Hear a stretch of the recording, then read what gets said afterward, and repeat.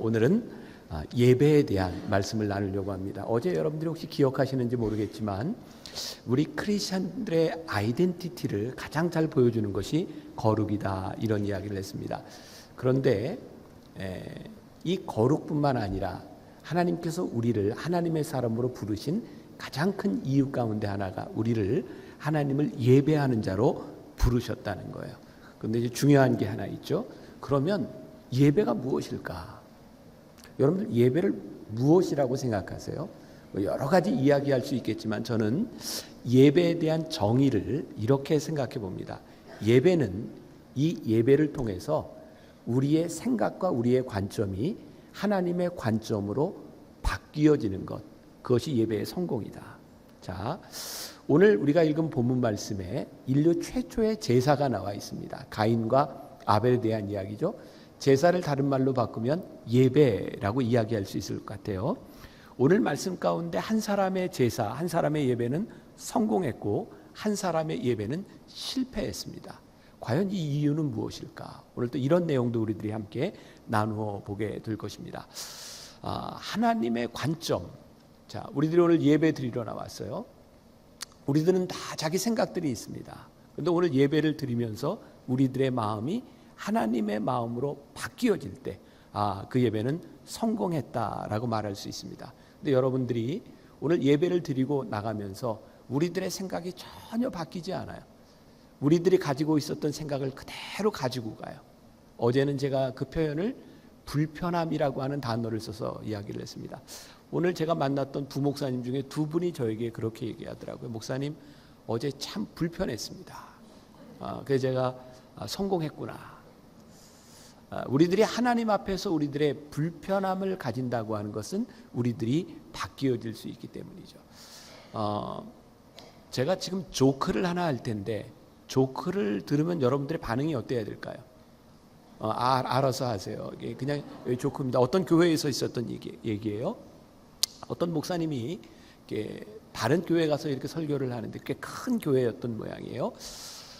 그날따라 마이크 시스템에 좀 문제가 있어서 목사님이 설교를 하는데 저 뒤에 앉아있는 연세가 많은 할머니가 그 목사님의 말소리가 잘 안 들리는 거예요. 그냥 안 들리면 그냥 있으면 되는데 또 이 할머니가 뒤에서 일어나서 목사님 설교하는데 중간에 목사님 잘 안 들려요 그랬대요. 그랬더니 또 이렇게 늘 간섭하는 사람이 있잖아요. 앞에 이제 한 젊은 집사가 일어나더니 할머니를 보고 이렇게 얘기를 하더래요. 할머니 괜찮아요. 들을 게 별로 없어요. 그렇게 이야기를 했대요. 제가 그 이야기를 이렇게 들으면서 이게 참 웃픈 이야기다라는 생각을 했어요. 웃픈 이야기, 웃긴데 슬픈 이야기다. 우리들은 정말 많은 예배를 드리고 있습니다. 많은 설교를 듣고 있습니다. 그런데 이 예배가 별로 들을 게 없고 볼 것이 없다면 우리는 참 불행한 사람들인 거예요. 이 시간이 얼마나 허무한 시간이겠어요. 우리들은 흔히 예배를 이야기할 때 예배 시간의 길이 혹은 설교의 길이에 대해서 많이 생각하는 것 같아요. 저도 그런 생각을 했던 사람 중에 하나예요. 저는 전통적인 감리교 신학교를 나왔고 대학교, 대학원을 마치고 또 미국에 와서도 아주 전통적인 감리교 신학교에서 다시 마스터를 하고 또 박사 과정도 했어요. 참고로 제가 박사예요. 네. 여러분들에게 이게 신뢰감을 주기 위해서 그냥 어쩔 수 없이 한 이야기예요. 제가 공부를 하는 10여 년 동안 전 그런 생각을 가지고 목사로서 현대인들에게 가장 적합한 예배는 주일 예배 1시간 안에 끝나는 것이 가장 적합한 예배다. 그리고 저는 이런 생각을 했었어요. 만일 예배 시간이 1시간 이상 된다면 이건 교인들을 고문하는 거다. 그러니까 아주 컴팩하게 1시간 안에 예배가 끝나야 된다고 생각을 했어요. 제가 공부를 다 마칠 무렵 제가 미국 문화를 너무 모른다는 생각이 들었어요. 여러분들이 공감을 하실지 모르겠지만 저는 5년 동안 진짜 공부만 했어요. 그랬더니 영어가 안 되더라고요. 공부만 하니까 진짜 영어가 안 됐어요. 저는 대학원 과정부터 하면서 정말 매일 도서관에서 살았어요. 매일 읽고 쓰고. 그래서 영어를 잘 못해요. 자, 공부를 열심히 한 사람은 영어를 못한다. 그런 얘기를 하는 거예요. 제가 진짜 공부를 열심히 하고 공부만 하다가 이게 너무 억울해서 미국 문화를, 미국 교회를 좀 알아봐야 되겠다. 그래서 한국에 나오기 전에 교회를 일찍 사임하고 미국 교회를 탐방하게 되었습니다. 그게 이제 20년 전이에요. 제가 처음 미국 교회에 관심을 가지게 된 교회는 제가 데이튼 오하이오에서 공부를 했고, 제가 교회는 콜럼버스 오하이오에 있는 교회를 다녔는데요. 이게 신시내티 쪽으로 이렇게 고속도로를 가다가 옆에 큰 미국 교회가 하나 있었어요. 그래서 그냥 들어갔습니다. 주일 예배를 드리는데 한 40분 정도 주일 예배, 어떤 여자분이 나와서 이렇게 찬양 인도를 하고 성가대와 함께 찬양을 40분 찬양을 하더라고요. 그러더니 여자 목사님이 나와서 설교를 40분을 했어요. 그리고 그 다음에 남자 목사님이 나와서 기도 인도회를 하는데 40분을 했어요. 지금 얼마나 흘렀어요? 2시간이 흘렀어요. 근데 그분이 기도의 말미에 이렇게 얘기를 했어요. 여러분, 아쉽지만 저녁에 다시 모입시다. 그 말이 저에게 굉장히 충격적이었어요. 저는 1시간 예배 드리는 것도 참 힘들다고 생각했는데 이 사람들은 2시간 예배를 드리면서 아쉽지만 다시 모입시다. 이게 어떻게 가능한 일일까? 그때부터 저에게는 예배에 대한 궁금증이 생겼어요.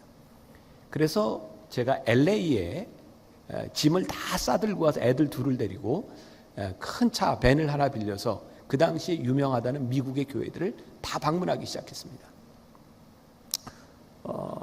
근데 너무나 다른 거예요. 제가 갔던 교회 중에 주일 예배를 가장 길게 드리는 교회가 2시간 반 예배를 드렸어요. 짧은 교회가 1시간 예배를 드렸습니다. 근데 이 교회들이 다 부흥하는 교회들이었어요. 그때 제가 깨닫게 된 것이 예배는 길이에 대한 문제가 아니구나. 어떤 예배를 드리느냐에 대한 문제이구나. 제가 이 예배 시간, 이 길이, 설교에 대해서 이렇게 또 생각을 하게 됐던 이유 가운데 하나는 제가 미국 와서 처음으로 미국 교회에서 설교를 할 때였어요. 강대상에 올라갔는데 아주 전통적인 교회였는데 이 강대상에 이렇게 문구가 하나, 한 문장이 있었는데 의역하면 이런 겁니다. 설교를 짧게 하는 자 복이 있나니 이 강단에 다시 불리움을 받을 것이며, 이제 그런 의미였어요. 그러니까 교인들이 얼마나 목회자의 설교의 지루함을 느꼈으면 그런 문구를 써놨을까. 그러니까 우리는 예배를 생각하면 일단 지루하다라는 생각을 하는 거죠.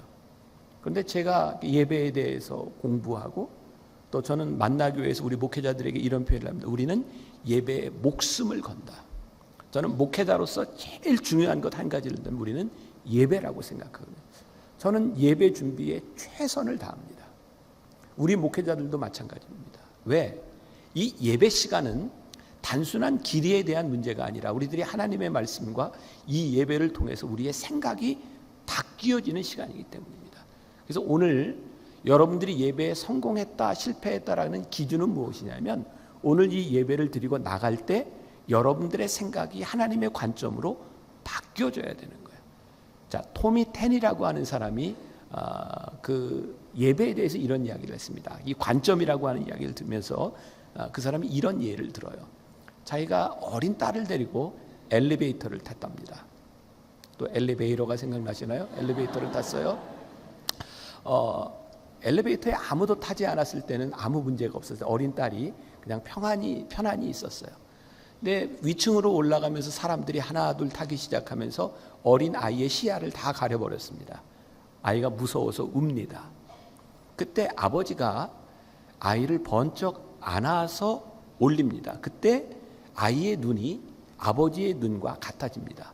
이제는 밖이 보이기 시작합니다. 더 이상 아이는 두려워하지 않는다는 거예요. 토미 테니는 예배를 이렇게 하나님의 관점이라고 이야기를 했습니다.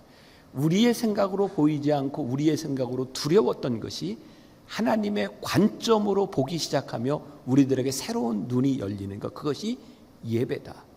그러니까 우리 신앙인들에게 있어서 이 예배가 얼마나 중요한 아주 본질적인 문제인 것을 알게 되는 거죠. 예배를 통해서 우리는 또 어떤 것을 경험하게 되는가? 예배를 통하여 우리를 향한 하나님의 생각들을 보게 되는 거예요. 여러분들을 향한 하나님의 생각은 무엇일까요? 하나님은 여러분들에게 어떤 계획을 가지고 계실까요? 저는 예배자로서 제일 중요한 것 중에 하나가 우리들의 인생에서 하나님이 나를 부르신 예배자로서 나를 부르신 내가 주인공으로서의 의식을 가지는 것이라고 생각하거든요. 여러분들에게 이제 하나 물어볼 텐데 대답을 좀 잘 해주세요. 혹시 태극기 휘날리며라는 영화를 보신 적 있으신가요? 네, 감사해요. 태극기 휘날리며에 나오는 주인공이 누구? 장동건, 원빈. 감사해요. 제가 성경 얘기를 물을 때도 그렇게 대답을 좀 잘 해주세요. 자, 장동건, 원빈이에요. 저는 일단 1000만이 넘어가는 영화는 다 보려고 노력을 합니다. 사람들이 왜 저 영화에 열광할까? 왜 볼까? 소위 이제 이 코드를 좀 이렇게 아는 게 중요하다고 생각해서요. 제가 그 태극기 휘날리며가 제가 알기로는 거의 우리나라 첫 번째 1000만을 넘긴 영화로 알고 있거든요. 그래서 그 영화를 저희 교회 학교 교사들을 다 데리고, 한국에는 CGV라고 하는 극장이 있잖아요. 전체를 이렇게 전세를 내가지고 교사들을 다 데리고 가서 영화를 봤어요.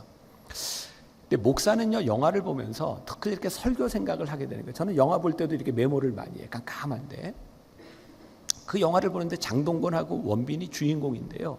그 영화는 처음부터 끝까지 6.25를 배경으로 해서 싸우는 영화입니다. 기억하시는지 모르겠어요. 막 땀, 핏방울이 막 튀고 살점이 튀고 하는 것들이 굉장히 특수한 기법으로 이렇게 보여주는 영화입니다. 영화를 보는데 갑자기 그런 생각이 들었어요. 장동건이하고 원빈은 죽어도 안 죽는구나. 안 죽어요. 그 치열한 전쟁터 속에서 안 죽더라고요. 한번 물어보겠습니다. 왜 안 죽을까요? 그렇더라고요. 주인공은 쉽게 안 죽더라고요. 주인공이 죽으면 영화가 끝나는 겁니다. 저는 이제 중국 영화도 상당히 제가 이제 좋아했고, 제가 미국에서 조금 영화를 공부하고 한국에 와서 신문에 한 6개월 정도 영화 평론을 쓴 적이 있어요. 그래서 영화를 볼 때면 그런 이제 심볼리즘 같은 것들을 이렇게 좀 유의해서 보게 되는데, 중국 영화 중에 아주 유명한 영웅이라는 영화가 있습니다. 이연걸 나오는 영화예요. 그 영화는 아주 색감이 심볼리즘이 굉장히 강한 영화인데요. 거기도 이제 뭐 전쟁하고 사람들이, 중국 영화는 그냥 막 죽잖아요. 참 신기하게도 일반 사람들은 한 방에 죽습니다. 근데 주인공은 칼에 맞잖아요. 죽은 것 같은데 할 얘기를 다 하고 죽습니다. 쉽게 안 죽습니다. 저에게 갑자기 든 생각이에요. 그래, 저렇게 한마디 못하고 죽어가는 저 사람들을 만약에 이 영화의 주인공으로 택했다면 저 사람의 인생에도 스토리가 있을 텐데, 우리는 그 사람이 주인공이 아니기 때문에 그냥 엑스트라로 그냥 쉽게 죽어가는 사람으로 생각합니다. 그러나 그 한 사람 한 사람에게도 그들의 인생에 스토리가 있는 거예요. 문제는 그 영화의 감독이, 시나리오 작가가 누구를 주인공으로 택했느냐에 대한 문제죠. 우리가 잘 아는 역사, 히스토리, 하나님의 이야기. 하나님이 우리를 부르셔서 하나님의 백성으로 우리의 인생의 하나님의 역사의 주인공으로 삼으셨다고 하는 것을 아는 것과 그렇지 않은 것은 너무나 다른 차원의 문제입니다. 근데 예배가 뭔지 아세요?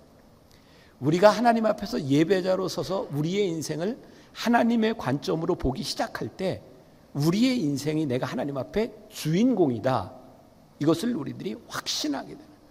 그래서 이 예배는 우리의 인생을 값어치 있게 만드는 거예요. 이 시간에 여러분들이 그냥 아무 생각하지 않고, 제가 이렇게 물었다고 칩시다. 여러분, 오늘 예배드리는 이 시간에 제가 더 중요한 사람입니까? 여러분들이 하나님 앞에 더 중요한 사람입니까? 아무 생각 없이 대답한다면 제가 더 중요하지 않나요? 전 설교자인데. 근데 여러분들 그런 생각 안 해보셨어요? 하나님이 저를 여기에 설교자로 세우신 이유가 나 때문에 하나님을, 저 김병삼 목사를 미국에서부터 불러서 여기에 세우신 거야. 제가 여기 서야 되는 이유가 여기 있는 누군가 때문에 하나님이 나를 부르셨다고 생각할 때 저는 엑스트라인 거예요. 저는 이런 생각을 합니다. 이 많은 교회 가운데서 하나님이 왜 저를 여기에 세우셨는가? 하나님께서 저를 통해 하실 일이 있으신 거예요. 그 믿음을 가지고 제가 설교할 때 이 시간이 얼마나 저에게 귀한 시간이겠습니까? 그러니까 우리들이 하나님 앞에서 주인공으로 사는 것과 그렇지 못한 인생은 너무나 다른 거예요. 제가 어제도 잠깐 그런 이야기를 했어요. 저는 참 많은 컴플렉스를 가지고 살았던 사람이에요. 제 인생의 가장 큰 컴플렉스와 제 인생의 불만은 무엇이었냐면 늘 제가 있는 자리는 제가 원하던 자리가 아니었어요. 여러분들은 지금 여기 앉아 있는 자리가 여러분들이 수십 년 전에 계획해서 내가 2019년 10월 그 어느 날 나는 뉴저지에 있는 초대교회에서 예배를 드릴 거야. 혹시 계획하고 수십 년 전에 그 계획한 인생을 사는 분이 혹시 여기 있으세요? 어쩌면 여러분들 가운데는 어찌하다 보니까 내가 여기에 왔다고 생각하는 사람, 나는 여기에 있을 사람이 아니야 라고 생각하는 사람도 있을 것이고, 어쩌면 여러분들이 원하지 않는 이곳에 여러분들이 있을 수도 있어요. 만일 우리의 삶이 내가 원하는 대로 이루어지지 않았다, 그래서 나는 실패다라고 정의한다면 이 세상에 실패하지 않을 인생이 누가 있을까요? 여러분, 우리들의 인생은요, 우리들 맘대로 되지 않습니다.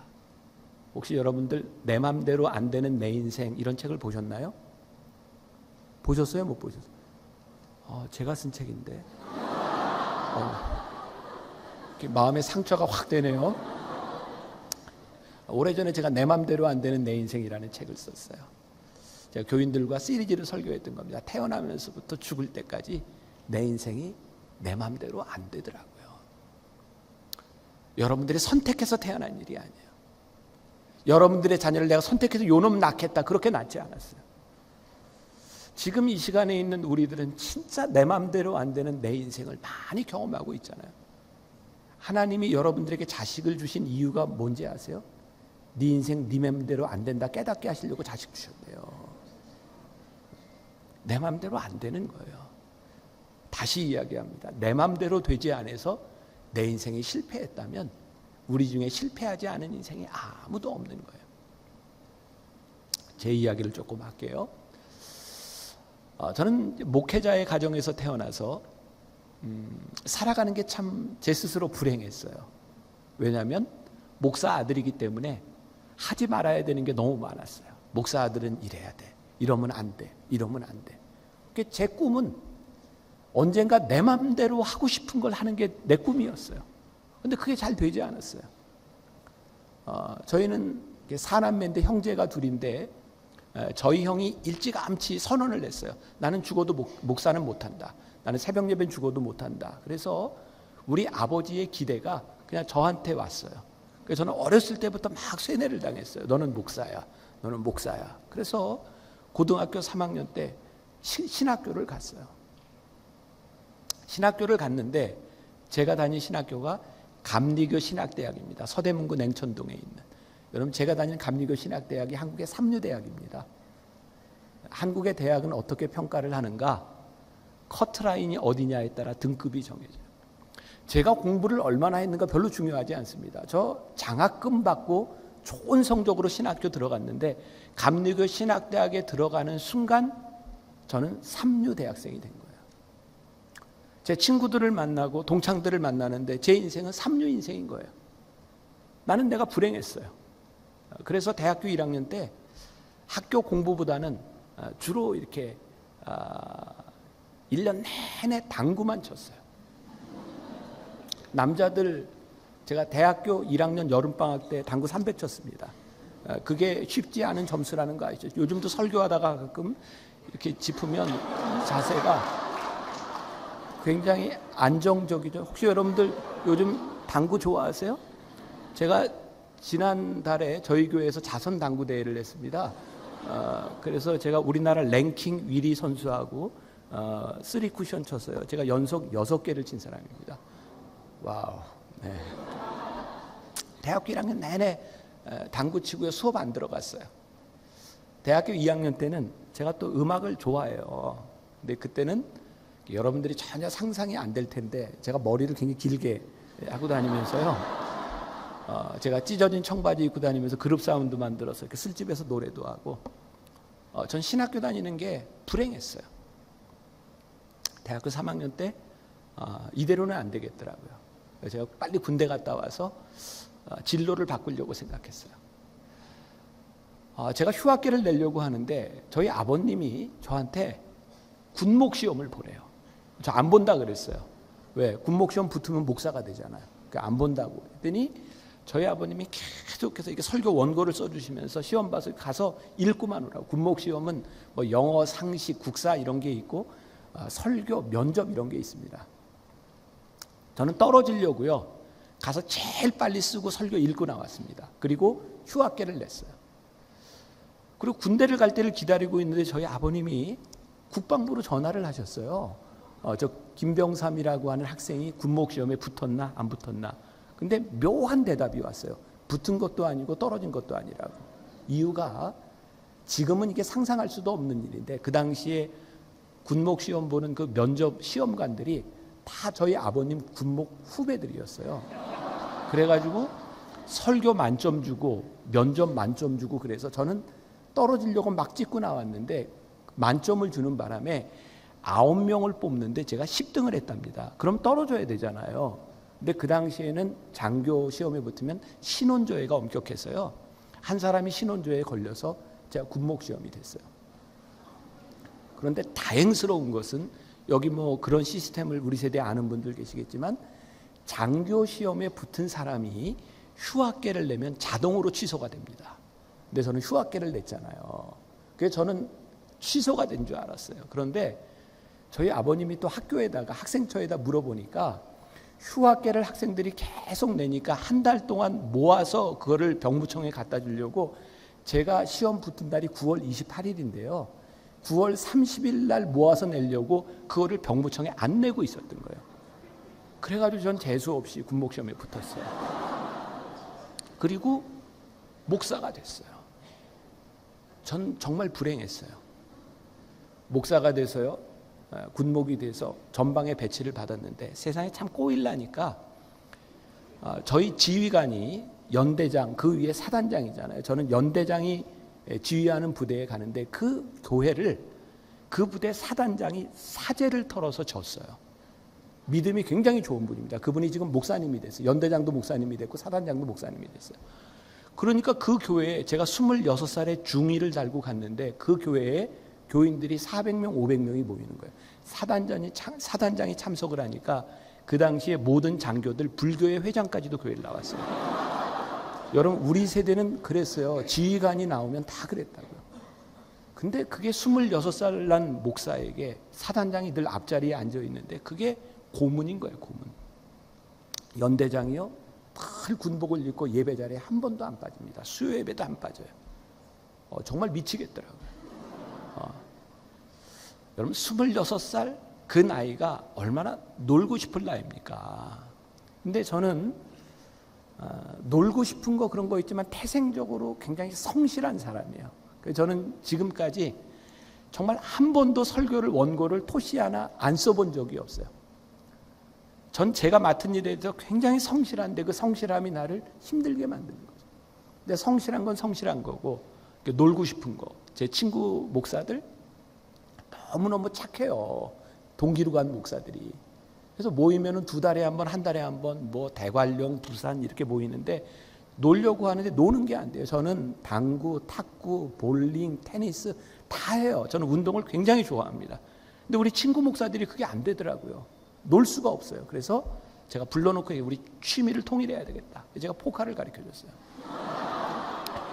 그 순진한 목사들한테 포카를 가르쳐주니까 너무 좋아하는 거예요. 그래서 그때부터 제가 월급날마다 매달 친구들과 모여서 강동구에 있는 여관에 들어가서 포카 쳤어요. 밤새도록 포카 쳤어요. 목사인 제가. 너무 염려하지 마세요. 금방 변합니다. 금방 변할 거예요. 그러니까 그러고 있으니까 제가 얼마나 괴로웠겠어요. 목사인데. 어느 날 저에게 이런 계기가 있었어요. 이제 포카를 치러 여관에 이렇게 들어가는데 여관 주인이 저를 보더니 인사를 하더라고. 또 오셨냐고. 근데 그게 저에게 천둥처럼 들렸어요. 야, 그래도 내가 목사인데 여관 주인이 나를 알아보고 인사를 한다? 내가 빨리 내 인생 결정을 해야 되겠다. 그러니까 우리의 삶에는 하나님이 우리를 이렇게 만지시는 때가 분명히 있습니다. 그리고 그때 군목들을 위한 수련회가 열렸어요. 근데 그때도 저는 공식적인 휴가니까 하루만 참석하고 놀러 가려고 갔어요. 그날 저녁이었어요. 저녁 집회를 이렇게 하는데 제 친한 친구 목사하고 둘이 이렇게 들어가면서 같이 포카 치던 친구인데 둘이 똑같이 이런 생각을 했어요. 야, 우리 언제까지 이렇게 사냐? 우리 기도나 한번 해볼까? 제가 목사 되고 처음으로 기도나 한번 해볼까? 이제 이런 생각을 한 거예요. 저녁 예배를 마치고 저는 앞자리에 있었고 제 친구는 뒷자리에 이렇게 있었는데 예배를 마치고 났는데 제가 너무너무 답답해서 내가 이대로 살아서는 안 되겠다는 그 생각 때문에 굉장히 이렇게 소리 내서 소리 질러서 기도를 했던 것 같아요. 몇 시간을 했는지 정말 백가죽이 끊어지는 것처럼 아팠어요. 그래서 가려고 뒤를 딱 돌아보니까 제 친구가 거기 남아서 혼자 뒤에서 기도하고 있는데 그때 제가 느꼈던 느낌이 야, 진짜 처절하게 기도한다, 그런 느낌이었어요. 근데 왜 그런 생각이 들었는지 모르지만 지면 안 될 것 같았어요. 그래서 또 기도하다가 뒤를 돌아보니까 그 친구는 그때도 기도하고 있고 그러다 새벽이 되었어요. 내가 여기서 그냥 내려가면 안 되겠다. 그래서 제 아내에게 연락을 해서 짐을 싸가지고 오라고. 그래서 저는 개인 기도실로 들어갔어요. 토요일 날 기도실에서 나오면서 제가 태어나서 처음으로 하나님께 고백한 말이었어요. 하나님이 나를 사랑하시는구나. 전 한 번도 하나님이 저를 사랑하신다는 생각을 한 번도 해보지 않았어요. 왜냐하면 그때까지 제가 원하는 자리에 한 번도 나는 없었어요. 내 인생은 고달팠고요. 나는 늘 원하지 않는 자리에 있었고. 그런데 하나님이 나를 사랑하십니다라고 하는 고백을 하는데요. 진짜 놀랍게 그때가 제가 27살 때입니다. 27살이 얼마나 긴 인생을 살았겠습니까? 그런데 진짜 주마등처럼 저의 삶이 이렇게 쫙 지나가는데 한 번도 하나님이 나를 떠나신 적이 없는 거야. 야, 하나님이 나를 사랑하시는구나. 그때 저에게 들었던 확신이 하나님이 나를 여기까지 인도하셨다면 앞으로 하나님이 나를 인도하실 거야. 그때 저에게 찾아온 게 자존감이었어요. 그때 저에게 확 자존감이, 야, 내가 할 수 있구나. 저에게 꿈이 생겼어요. 저는 목회에 대한 열정이 그때 생겼어요. 그 전까지 저는 목회를 하지 말아야 되겠다 생각했던 중요한 이유 가운데 하나가 제가 대학교 1학년 때 당구 쳤죠. 대학교 2학년 때 술집에서 노래하고 밴드 딴따라 했죠. 맨날 노름했죠. 목사로서 할 수 있는 일이라고 생각을 못했던 거예요. 그런데요, 제가 목회를 하면서 놀랍게 깨닫게 되는 게 제가 만나교회 목회를 하면서 우리 여기 저희 유학생들 몇 명이 여기 이제 와 있는데 그 유학생 중에 그 아버지 하나가 제 청년부 후배입니다. 지금 저희 교회 남자 권사인데 저한테 늘 그런 얘기했어요. 아, 형, 나는 형이 목회하는 교회 다닐 거야. 난 당구 치는 목사님 너무 좋아. 그래서 지금 저희 교회 이제 권사가 됐고요. 제가 청년부 시절에요, 우리 교회 청년들 다 데려다가 고스톱, 포카 다 가르쳐줬어요. 남자들 데리고 다니면서 매일 당구 치고. 그러니까 전 목사할 사람이 아니었어요. 그래서 제가 목회 못하리라고 생각했거든요. 그런데 요즘 저희 교회 특징 중에 하나는 젊은이들, 젊은 부부, 남자들이 굉장히 많습니다. 제가 설교 시간에 이런 놀았던 얘기 하잖아요. 남자들이 너무 좋아해요. 남자들의 눈빛이 초롱초롱하게 빛납니다. 제일 좋아하는 건 젊은 엄마들입니다. 젊은 엄마들이 좋아하는 이유는 제가 막 놀았던 얘기하면 마음에 막 위로가 된대요. 우리 애들 목사님보다 훨씬 낫구나. 막 그런 위로 생기고.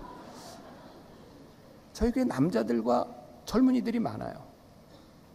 그런데 제가 이런 시간을 지날 때 제 아내가 저한테 한 번도 잔소리를 하지 않았어요.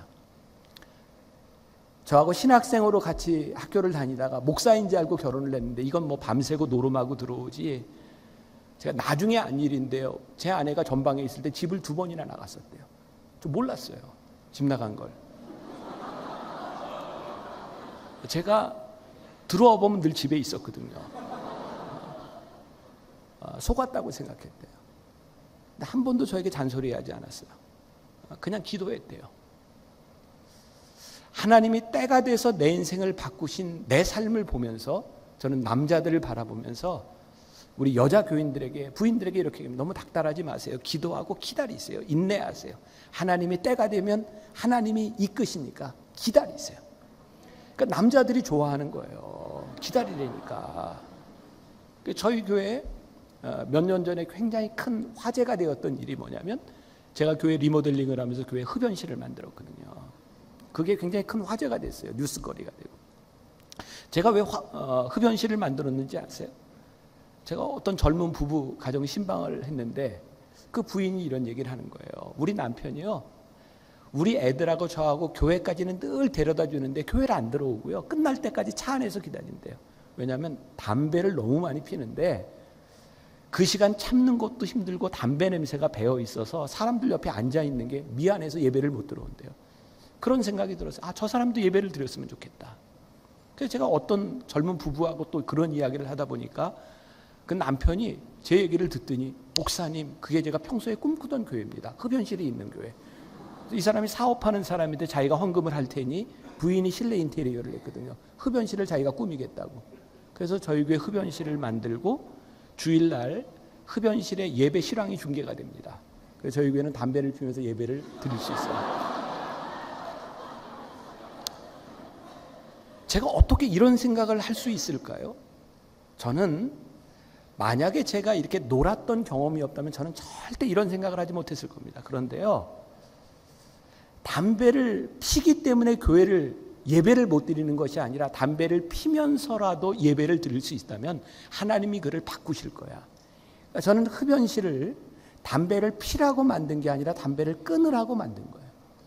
제가 지난달에, 여러분들 이제 좀 연세된 분들은 개그맨 김학래 씨를 아실 거예요. 부인 임미숙 씨하고. 김학래 씨가 저에게 흡연실에서 신앙생활 시작해서 본당으로 와서 영성훈련까지 다 받았어요.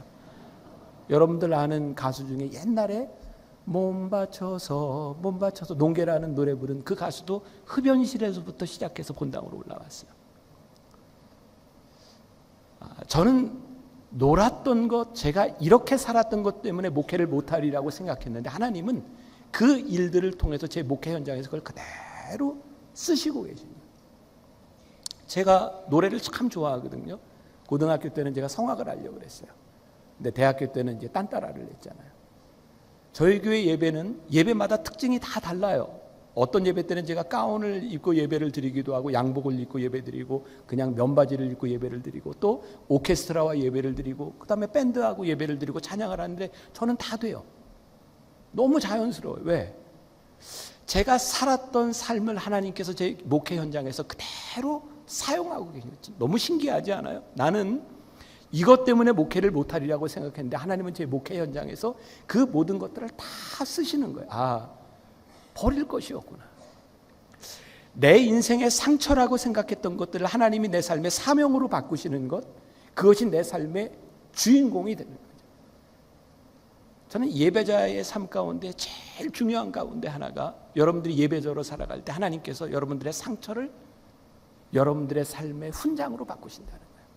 우리의 상처를 간증으로 바꾸시는 거예요. 어쩌면 우리들의 삶에 가장 아프고 힘들고 감추고 싶고 가장 부끄러웠던 것들이 하나님 앞에 사용될 수 있는 것은 나의 관점이 아니라 하나님의 관점으로 우리의 인생이 바뀌어지기 시작할 때 가능한 일이죠. 저에게 찾아온 자존감, 그래서 제가 어저께 이야기했죠. 제가 잘난 척을 많이 한다고. 전 진짜요. 이렇게 설교하다가 저희 교회는 이렇게 미디어 사역을 많이 하기 때문에 영상이 잘 되어 있습니다.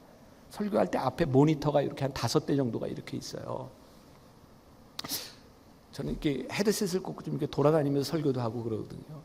설교하다가 이렇게 모니터에 비친 제 모습을 보면 설교를 못 하겠는 거예요. 너무 멋있는 거예요, 내가 봐도. 그래서 교인들한테 물어봐요. 저는 예스 할 때까지 물어보거든요. 멋있죠, 멋있죠, 멋있죠, 멋있죠. 네, 예 할 때까지 물어봐요. 제가 이렇게 막 잘난 척도 하고, 또 제가 어제 그런 얘기했지. 내 원고를 내가 봐도 어떻게 사람이 이런 글을 쓸 수 있나. 그리고 교인들한테 이런 글을 듣고도 은혜를 못 받으면 정서적으로 문제가 있는 사람입니다. 이렇게 하고 또 읽어줘요. 그러면 또 다 감동을 받아요. 자, 이렇게 저희 교회는 어머니 기도실이라고 조용히 기도하는 방이 있어요. 들어가서 기도하다가 그냥 갑자기 그런 생각이 나서, 하나님, 제가 장난처럼 하는 이야기지만 제가 교인들한테 이렇게 잘난 척하는 거, 이거 혹시 죄가 아닌가요? 하나님이 저에게 이런 마음 주시는 거예요. 김 목사, 너 그거 잘난 척하냐? 너 잘났어.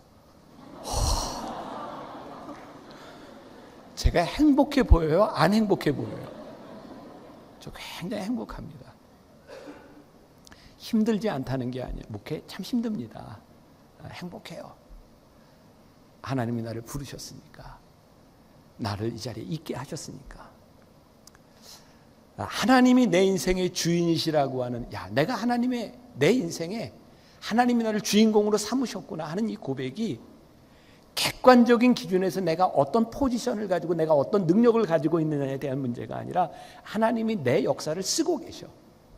그게 우리들에게 가슴 뛰는 일인 거죠. 예배는 우리로 하여금 하나님께서 우리들의 삶의 주인공으로 만드시는 내 인생을 다시 보게 하는 역사가 일어나는 것이 예배인 거예요. 또 오늘 예배 시간에 여러분들이 하나님 앞에 여러분들이 주인공 되지 않는다면 이 예배는 정말 무의미한 예배. 여러분들의 인생을 하나님의 관점으로 보게 돼요.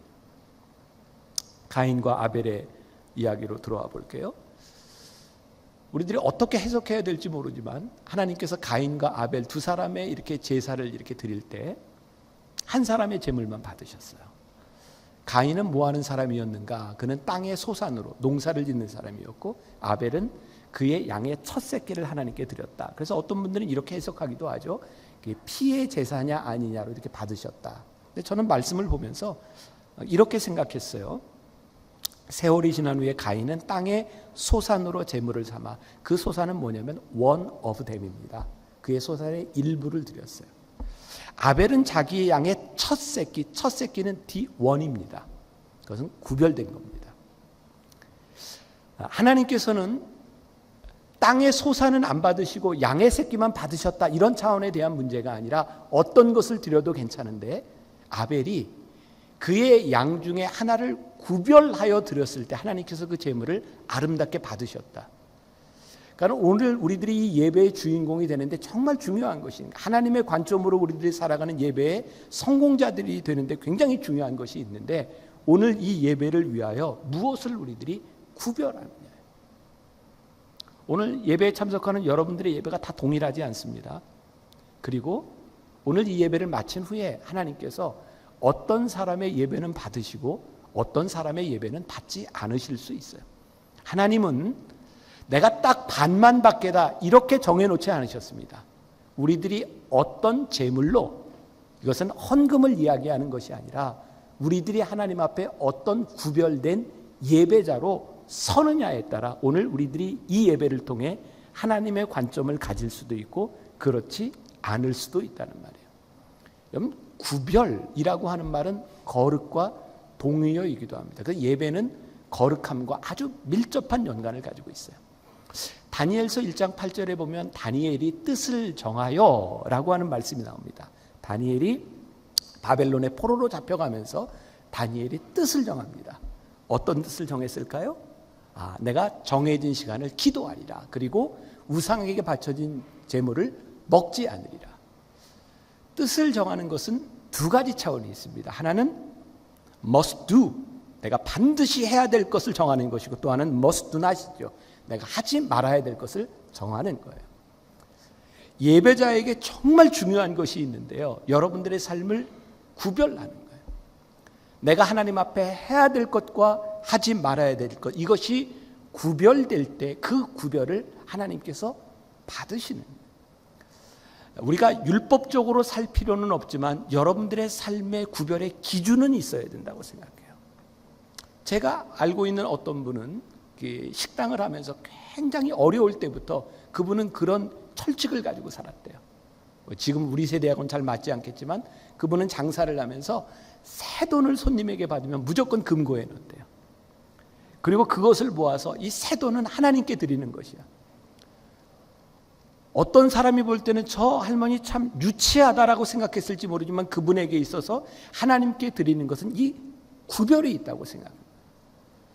저는 한 가지 제가 구별하는 게 있다면, 저는 새 옷과 새 구두와 새 넥타이는 늘 예배 시간부터 입습니다. 저는 제가 입는 것의 첫 번째 것은 하나님 앞에서 제가 입고 그 다음에 입는다고 하는 저의 구별이 있어요. 모든 사람이 따라할 필요 없어요. 그러나 여러분들의 삶에 여러분들의 예배에 구별은 있어야 된다고 생각해요. 여러분들이 드리는 예배, 물론 교회는 여러분들의 편의를 위해서 1부, 2부, 3부를 다 만들어 놓습니다. 그런데 여러분들이 편리한 시간에 여러분들이 나와서 드리는 예배와 여러분들이 나는 이 시간에 하나님께 예배를 드릴 거야 라고 구별한 예배가 어떻게 동일할 수 있겠습니까? 저희 교회에 연세 많은 할머니 장로님이 계세요. 지금 90이 다 되셨어요. 요즘은 교회를 매주 못 나오세요. 그분은 예배를 마치고 나면 털 저를 기다리고 있다가 손을 잡고 목사님 오늘 은혜 떠세요. 은혜 받았어요. 제가 그분 손을 잡을 때마다 장로님 예배가 어떻게 은혜스럽지 않아요. 그분은 혼자 사세요. 저희 교회가 분당인데 이분이 김포에 살아요. 그분이 교회 오기까지 버스와 지하철 감사해요. 지하철을 갈아타고 2시간을 와요. 그리고 그분은 예배 1시간 드리면 2시간을 또 가요. 그분의 예배가 어떻게 감격스럽지 않을 수가 있어요. 시간에 쫓겨서 막 뛰어오는 사람의 예배와 예배를 드리기 위해 2시간을 오는 그분의 예배가 어떻게 동일할 수 있겠어요? 가인이 그의 소산의 일부를 그냥 드리는 예배와 아벨이 그의 새끼 중에 첫 새끼를 구별하여 드리는 제사가 어떻게 하나님 앞에 동일할 수 있겠어요? 그러니까 예배는 우리들의 삶에 분명한 구별이 있어야 되고 그 구별이 우리를 거룩하게 만들어요. 그래서 성경의 구별과 거룩은 늘 동의어로 쓰이는 거죠. 예배에 성공한 사람, 예배에 실패한 사람 차이가 있어요. 우리가 참 이해할 수 없는 부분이 있죠. 예배에 성공한 아벨을 가인이 죽인 거예요. 이거 우리들이 어떻게 설명하죠? 저 모르겠어요. 만일 우리의 삶이 이생뿐이면 아벨이 형에게 맞아 죽은 것은 비극입니다.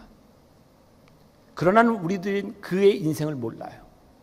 분명한 것은 예배에 실패한 가인이 아벨을 죽임으로 인하여 그는 저주받은 인생이 되었다는 거죠.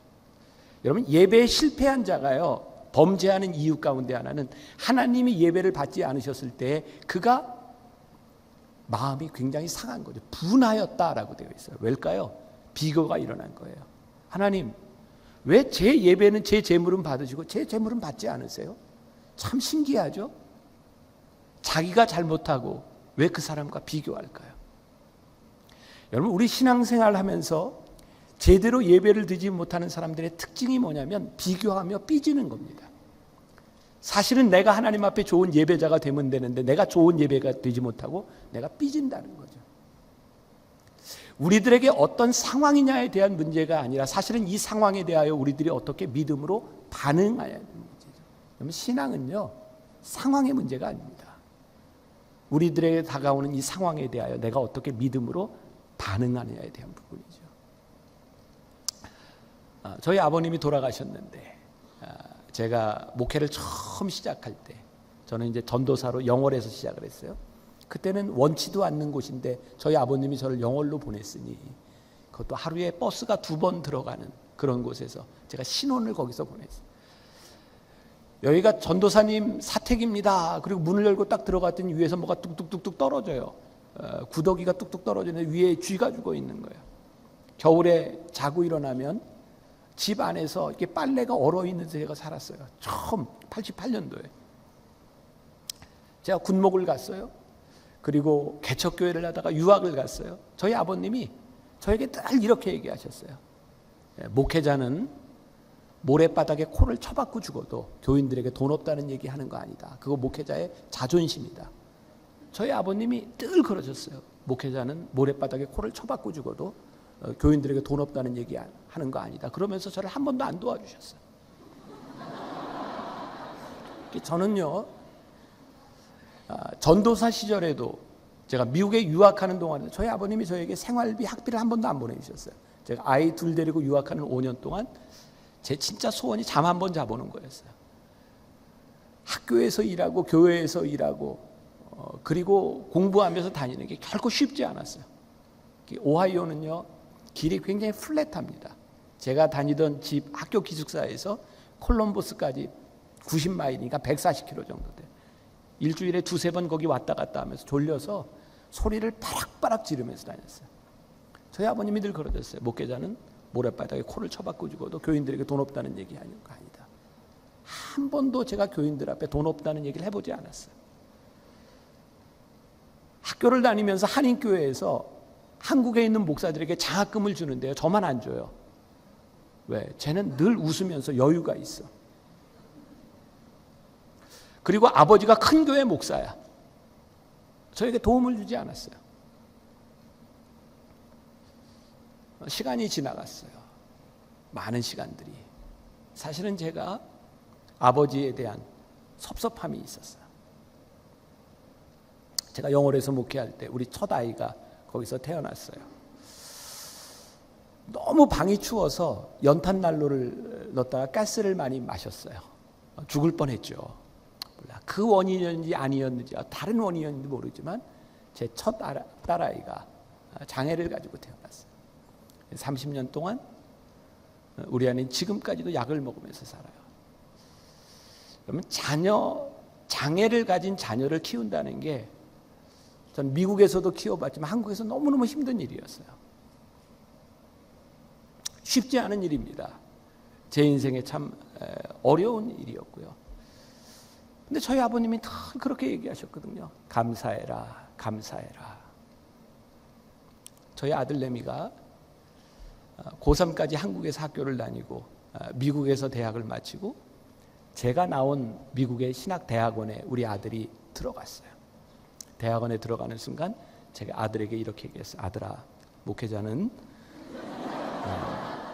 모래바닥에 코를 쳐박고 죽어도 돈 없다는 얘기하는 거 아니다. 아빠도 대학원 다닐 때부터 할아버지가 안 도와주셨어. 너도 살아봐. 우리 아들이 사색이 되었어요. 제가 3년 동안 거의 도와주지 않았습니다. 대학원을 마치는 동안. 그때 제가 아버지의 마음 알았어요. 아들을 도와줄 수 있는데 안 도와주는 게 너무 힘들었어요. 아버지가 이런 마음이었구나.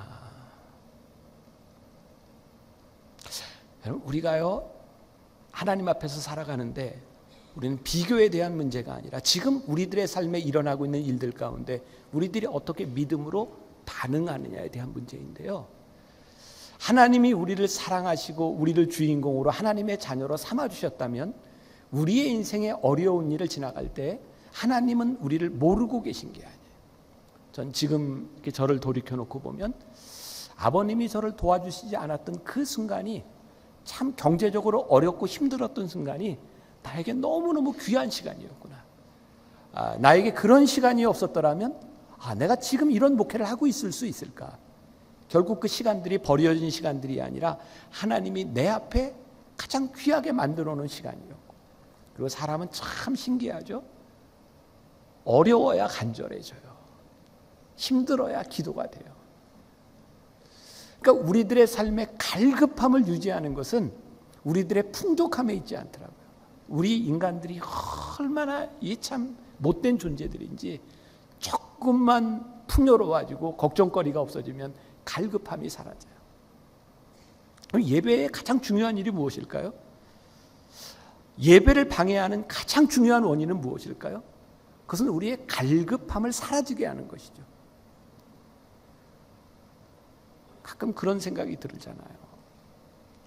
우리들이 참 힘들고 어려운 때 하나님께 기도하는데 질병으로, 경제적인 어려움으로 얼마나 간절하게 기도해요.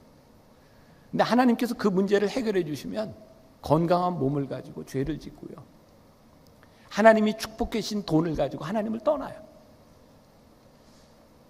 제가 무서운 생각인지 모르지만 가끔 그런 생각 드는 거예요. 저 사람 끝까지 저 병을 가지고 죽었더라면 정말 복되었을 텐데 저 병에 나아서 하나님을 떠나가는구나. 죄를 짓는구나. 진짜 우리들의 인생의 축복이 무엇일까요? 우리들이 하나님 앞에 갈급함을 가질 수 있는 것, 그것이 우리들의 축복이 아닐까. 그래서 하나님께 우리들이 예배를 드린다고 하는 것은요, 그래요.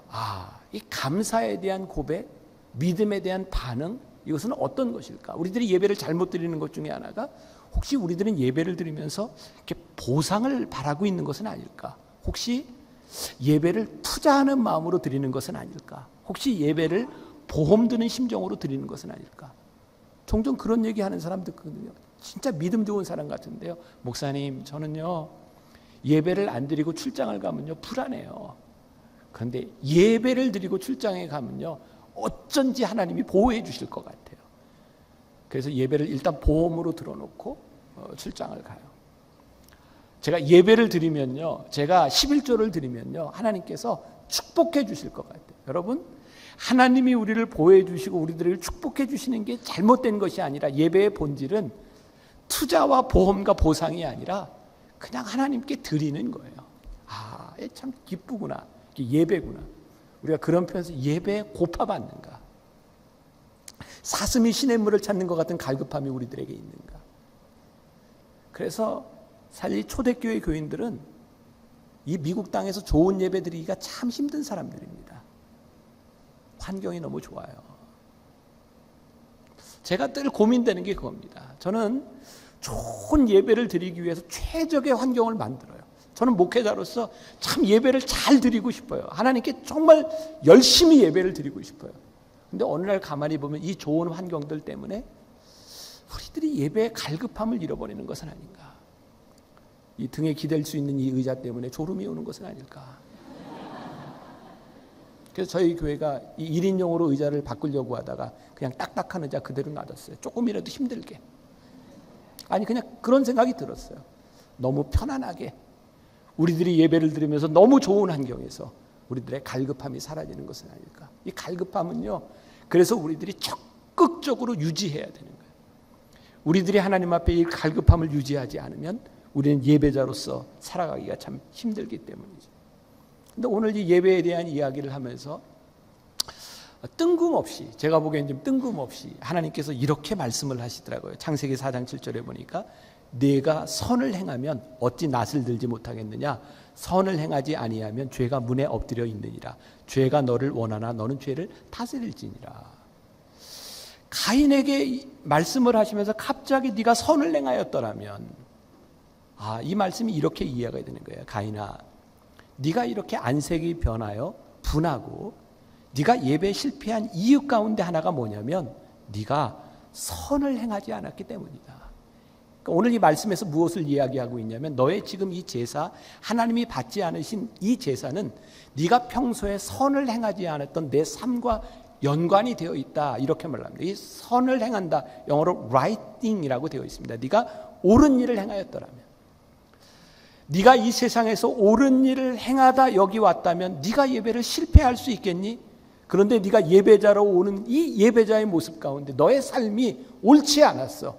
그래서 네 예배가 이렇게 살지 못했던 것, 네가 지금 이런 예배를 드리는 것은 아니니? 라고 말씀하고 있는 거예요. 그러니까 예배는 예배자로 살아가는 우리들의 삶과 아주 밀접한 연관이 있는 거예요. 그럼 예배자로 살아간다고 하는 게 뭘까요? 제가 어제 거룩에 대한 이야기를 하면서 거룩은 우리를 굉장히 불편하게 만든다 그랬잖아요. 우리가 거룩하게 살아가려고 하는데 우리의 삶이 불편하지 않다면 이거 새빨간 거짓말이다. 예배자로 살아가는 것은 우리들의 삶을 굉장히 불편하게 만드는 일입니다. 저는 이제 초대교회사 이렇게 공부를 하면서 초대교회 교인들의 예배를 보니까요, 굉장히 시끄러웠어요. 그 사람들은요, 모이면 허깅하고 간증을 나누고 울고 성만찬을 하고 예배 시간이 굉장히 길었어요. 왠지 아세요? 그들은 예배 시간에 나와서 믿음의 공동체를 만나는데요, 믿음의 형제자매를 만나면 정말 감출 수 없는 감격들이 있는 거예요. 왜냐하면 세상에서 그리스도인으로 살아가는 것이 목숨을 건 일이었거든요. 그러니까 이 사람들이 교회에 나올 때, 예배를 드리러 나올 때 그들은 목숨을 건 투쟁을 하고 예배에 나옵니다. 그러니 예배 시간에 들어와서 십자가를 바라보는데 십자가만 바라봐도 눈물이 나는 거예요. 와, 내가 여기 나왔구나. 전 지금도 기억나는 게, 어렸을 때, 우리 어렸을 때는 아이들도 초등학생들도 주일 저녁 예배, 수요일 예배 다 가서 어른들하고 예배를 드렸어요. 그때 제 기억에 연세 많은 할머니 권사님들이 찬송을 부르며 많이 우셨어요. 그런 찬송, 지금까지 지내온 것, 주의 크신 은혜라. 찬송을 부르면서 많이 우셨어요. 전 지금 생각해 보면 그분들이 남편에게 시댁에서 사람들에게 핍박을 받으며 신앙을 지키며 예배 시간에 나와서 찬송을 부를 때 그 찬송이 그분들에게 어떤 마음이었을까? 치열하게 여러분들이 예배자로 살아가며 라이팅, 여러분들이 예배자로서 옳은 일을 행하며 이 세상을 살아가다가 이 예배 시간에 들어오면 여러분들의 마음이 얼마나 감격스럽겠습니까? 오늘 여러분들에게 이 감격이 사라졌다는 명백한 증거는 여러분들이 세상에서 예배자로 살지 못하는 것일지도 몰라요. 제가 이번에 군대 얘기를 참 많이 하는데 제가 군목으로 있을 때 전방에 아파트에서 살 때요. 잊을 수 없는 일이에요. 아파트 입구를 들어가는데 메일 박스가 있잖아요. 거기에 이제 편지들이 와 있고 한데 어떤 사람이 전단지를 다 꽂아놨어요. 전단지를 보는데 참 인상적이었던 게 점쟁이였어요. 점쟁이가 전단지에다가 자기 경력을 계룡산 몇 년, 지리산 몇 년 이렇게 쭉 쓰고, 그리고 거기에다가 이렇게 중요 표시 있잖아요. 당구장 표시 이거를 하고 거기다 뭐라고 썼냐면 교인도 환영 그렇게 썼어요. 여러분, 어떤 통계에 의하면 크리스찬 중에 교회도 다니고 점도 보는 사람이 한 50%쯤 된답니다. 옆에 보세요. 그 사람 중에 하나는 점도 보는 사람이에요. 점도 보고 예배도 드리는 사람의 예배가 어떻게 감격스러울 수 있겠습니까? 내가 여기도 발을 걸치고 여기도 발을 걸치는 사람의 예배가 어떻게 감격스러울 수 있겠습니까? 저는 예배에 목숨 건다라는 표현을 굉장히 좋아하거든요.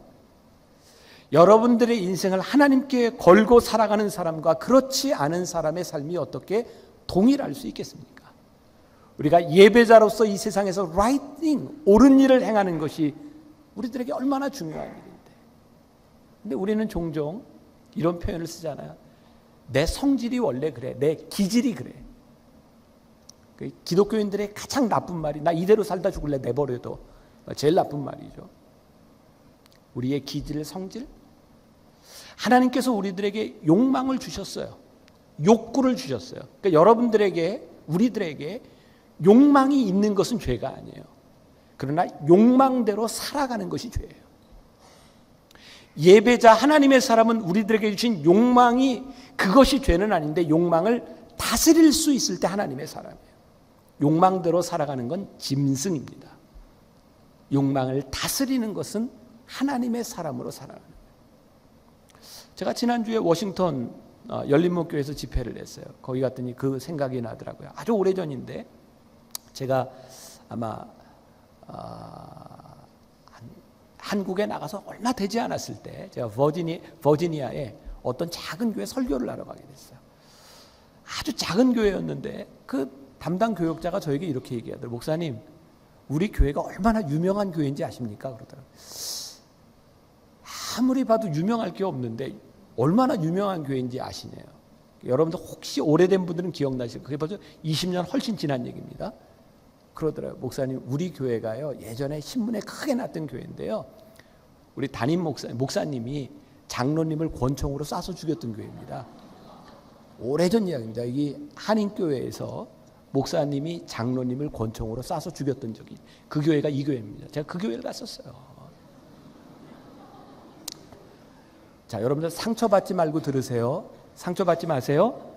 제가 그 얘기를 듣는 순간 권총으로 장로님을 쏴 죽였다는 이야기를 듣는데 그 목사님이 이해가 되는 거예요. 얼마나 힘들었으면 권총으로 쏴 죽였을까. 지금 갑자기 마음이 막 상처가 되죠. 이해는 되는데 용납은 안 돼요. 힘들게 할 수 있죠. 나를 너무너무 힘들게 해서 내가 참을 수 없어서 권총으로 쏴서 죽이는 건 누구나 하는 일이에요. 그런데 하나님의 사람은 나를 너무너무 힘들게 할 때 권총을 드는 것이 아니라 무릎을 꿇는 것이 하나님의 사람이죠. 우리는 얼마든지 이해할 수 있어요. 그러나 우리들이 이해하는 것이 용납되는 것은 아니에요. 우리들은 얼마든지 세상에서 이렇게 얘기할 수 있어요. 난 이거 못 참습니다. 이거 못 참아요. 이해가 되죠. 어떻게 그 상황을 참겠습니까? 그런데요, 그 상황에서 참지 못하는 것은 누구나 못 참는 일인데 하나님은 우리들에게 말씀하죠. 그것도 참아야지. 왜? 네가 예배자니까. 내가 다 용서하는데 그놈만 용서가 안 돼요. 하나님한테 이렇게 기도해요. 하나님, 제가 다 용서하는데 걔는 안 돼요. 하나님 이해하실 수 있죠? 내가 이해는 하는데 걔도 용서해. 내가 너도 용서했는데. 예배자로 살아간다는 것은 그렇게 녹록한 일이 아닙니다. 내가 할 수 있는 것하고 할 수 없는 것 하지 않는 것이 아니라 내가 예배자이기 때문에 해야 되는 일이 있는 거예요. 내가 참아내야 되는 일이 있는 거예요. 우리가 기질대로 살아가는 것이 아니라 성령의 다스림을 받는 것이 예배자로 살아가는 거예요. 혹시 여러분들 돌아가신 이중표 목사님을 아시는 분 있는지 모르겠어요. 유명한 목사님이죠. 저 아버님이 돌아가시고 그분이 저를 이렇게 참 잘 대해 주셨는데 한 번은 그런 얘기 하셨어요. 젊은 시절에 목회를 하는데 교회가 참 많이 부흥을 했대요. 근데 교인 중에 하나가 너무너무 힘들게 하더래요. 하나님께 기도했대요. 하나님, 저 교인 지금 다른 교회 가면 안 될까요? 너무 힘들어서. 그랬더니 하나님께서 응답을 주시는데 저런 교인은 다른 교회에서도 안 받는다 그러시더래요. 이 목사님이 무서운 기도를 했대요. 하나님, 그러면 조금 일찍 이렇게 데려가시면 안 될까요?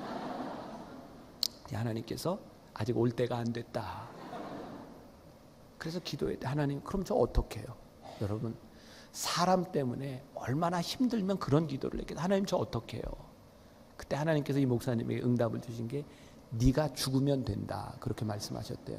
그때부터 이 목사님이 별세 목회를 이야기하기 시작했어요. 그래서 이중표 목사님 하면 별세 목회로 유명합니다. 별세 목회가 뭐냐? 내가 죽는 거예요. 사실 가만히 보면 내가 죽으면 해결될 일이 참 많지 않나요? 근데 내가 안 죽는 거예요. 예배자로서 내가 제물이 되고 예배자로서 내가 죽으면 참 우리들에게 찾아올 수 있는 평안이 있는데, 그러고 보니 우리의 인생을 보세요. 내 기질대로 내가 하고 싶은 일을 했을 때 여러분들에게 평안이 찾아오나요? 아니면 하나님 앞에서 내 기질을 죽이고 내가 불편함을 감수했을 때 우리들에게 평안이 찾아오나요? 제가 첫 목회지에 나갔을 때는 이제 TV 드라마가 굉장히 유행했던 시절이에요. 요즘은 다 유튜브 뭐 이렇게 아무 때나 볼 수 있지만 그때는 본방을 사수해야 되잖아요. 그런데 그 당시에 주일 저녁 예배 시간에 드라마가 있었는데 목욕탕집 남자들이 있었어요. 교인들이요 고민하는 거예요. 목욕탕집 남자를 볼 것이냐, 저녁 예배를 볼 것이냐. 아주 작은 일 같죠. 근데 참 신기한 게요, 직분자들이 예수 믿는 사람이 너무너무 목욕탕집 남자를 보고 싶어서 드라마를 보면 보는 내내 불안한 거예요. 그런데 보고 싶은 걸 안 보고 예배 시간에 나와 있으면 평안한 거예요. 참 신기하지 않아요? 우리의 인생이요, 내가 하고 싶은 것을 선택했다고 우리들에게 찾아오는 평안이 아니라 하나님 앞에 내 욕망을 내려놓을 때 우리들에게 찾아오는 평안이 있는 거예요. 이 평안이 우리들에게 경험되기 시작하고 이 경험이 우리들에게 쌓이기 시작할 때 우리들이 하나님 앞에 예배자로 살아가는 거죠. 그래서 우리들이 옳은 일을 행한다는 것, 그것이 우리들에게 어떤 의미인가, 우리들이 진리를 살아간다고 하는 것이 그게 어떤 의미인가. 벌써 시간이 이렇게 지났네요. 제가 빨리 끝내야 될 것 같은데, 자, 한 가지 이야기만 하고 마칠게요. 저는 제가 제일 좋아하는 말 가운데 하나가 흔적이라는 말이에요. 흔적. 사도 바울이 고백했던 나는 그리스도의 예수의 흔적을 지녔노라. 그게 스티그마, 상처라는 말이잖아요. 사도 바울은 예수를 믿는 것 때문에 예수님을 전하다가 많은 어려움을 당했어요. 그는 맞았습니다. 돌에 맞고 채찍에 맞고. 저는 그 흔적이 진짜 상처였을 것이라고 생각해요. 사도 바울이 사역을 하다가 참 힘들 때 그의 몸에 상처를 봅니다.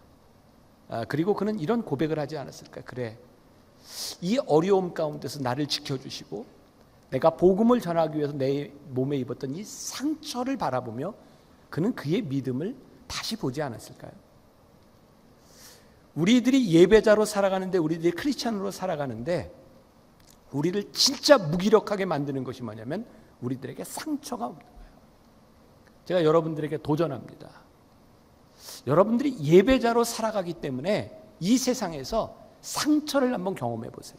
어떤 상처? 어떤 때는 금전적인 손해일 수도 있어요. 내가 예배자이기 때문에 금전적인 손해 볼 수 있어요. 여러분, 장사하는 사람이요, 두 가지 간증을 해요. 하나님이 축복해 주셔서 내가 이렇게 돈을 벌었습니다. 또 하나의 간증은요, 내가 말씀대로 살아가려고 노력했더니 망했어요. 두 가지 간증이 있어요. 어떤 사람이 이렇게 옛날에 정육점 할 때는 저울에 이렇게 달아서 팔았잖아요. 저울들을 되게 이렇게 속여야 남는 게 있답니다. 어떤 사람이 장사를 하는데 정직하게 이렇게 달아서 팔았답니다. 너무너무 어려워진 거예요. 그래서 사람들이 물었답니다. 저 사람은 왜 저렇게 장사를 해? 그랬더니 예수 믿는데. 근데 참 놀랍죠? 그 사람이 돈을 벌었기 때문에 사람들에게 감동을 준 것이 아니라 예수 믿기 때문에, 손해본 것 때문에 사람들이 감동을 받아요. 우리는 예수 믿어서 우리들이 얻어야 되는 세상의 축복을 생각하는데요, 하나님은 우리들에게 그런 질문을 던지시지 않을까요? 너 나 때문에 어떤 상처가 있니?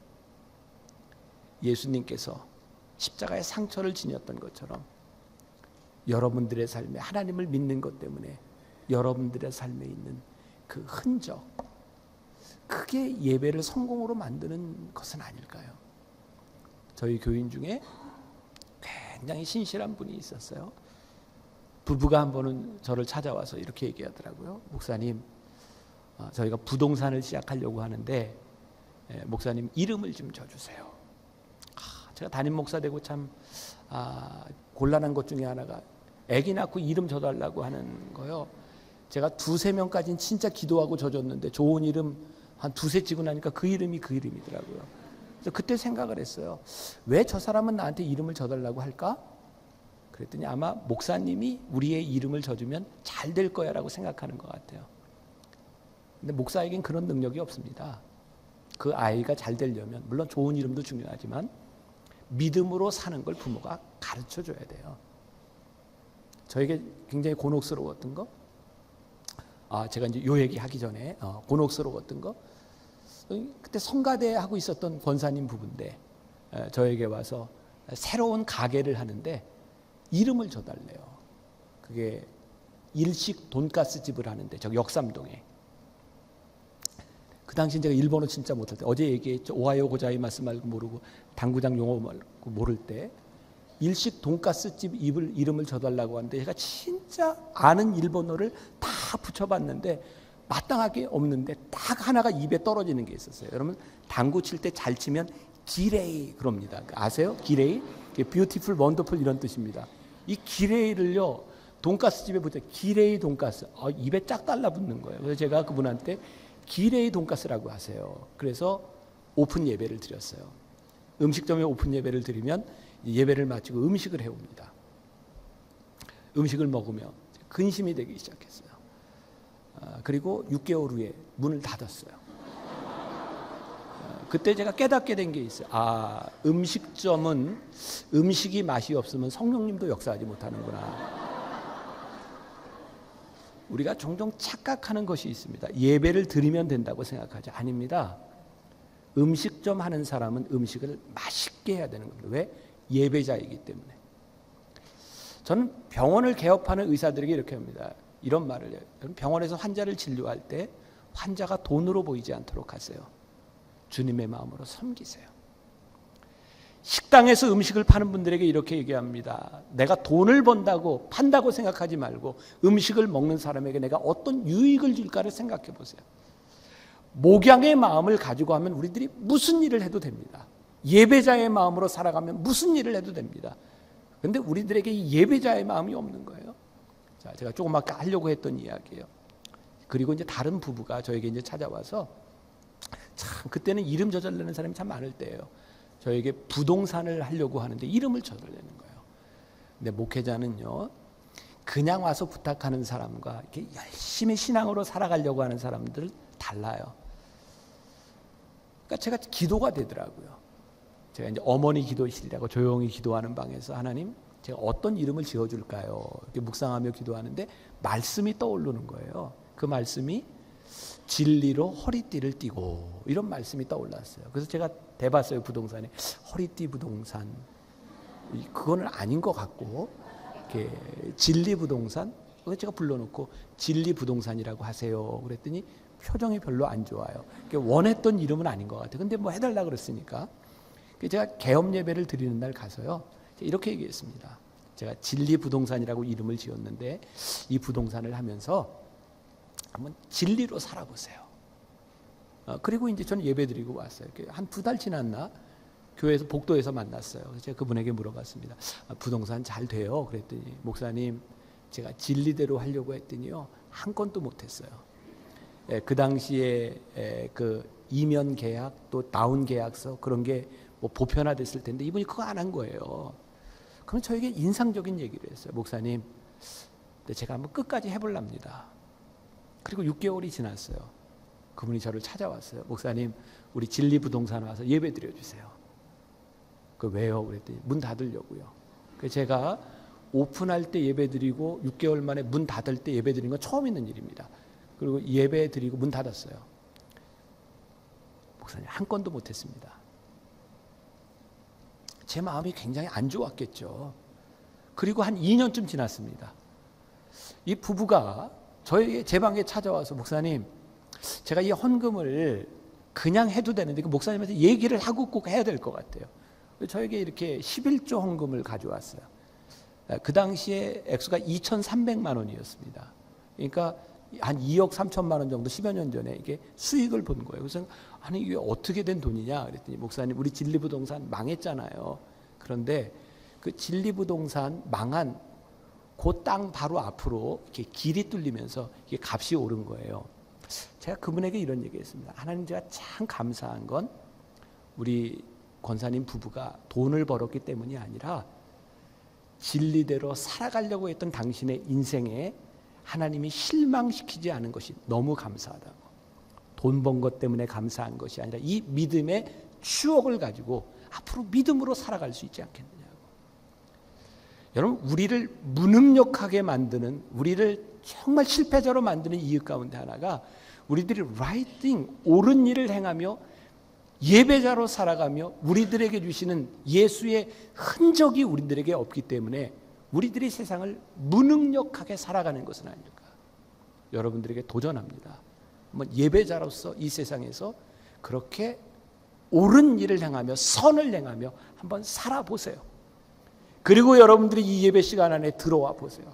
하나님, 제가 이 세상에서 믿음으로 사는 것이 얼마나 힘들고 버거웠는데, 믿음을 지키는 것이 얼마나 힘들었는데, 그래서 여러분들이 십자가를 바라볼 때 여러분들의 가슴이 뛰고 눈물이 흐르고, 그리고 이 예배 시간에 여러분들의 눈물이 회복되는 예배가 될 때에 이 예배를 통해서 하나님이 여러분들을 받으시고 하나님이 진정한 축복을 여러분들에게 주시지 않겠습니까? 뭐 그런 예배자 우리 같이 찬양했으면 좋겠는데, 우리 같이 찬양 좀 도와주세요.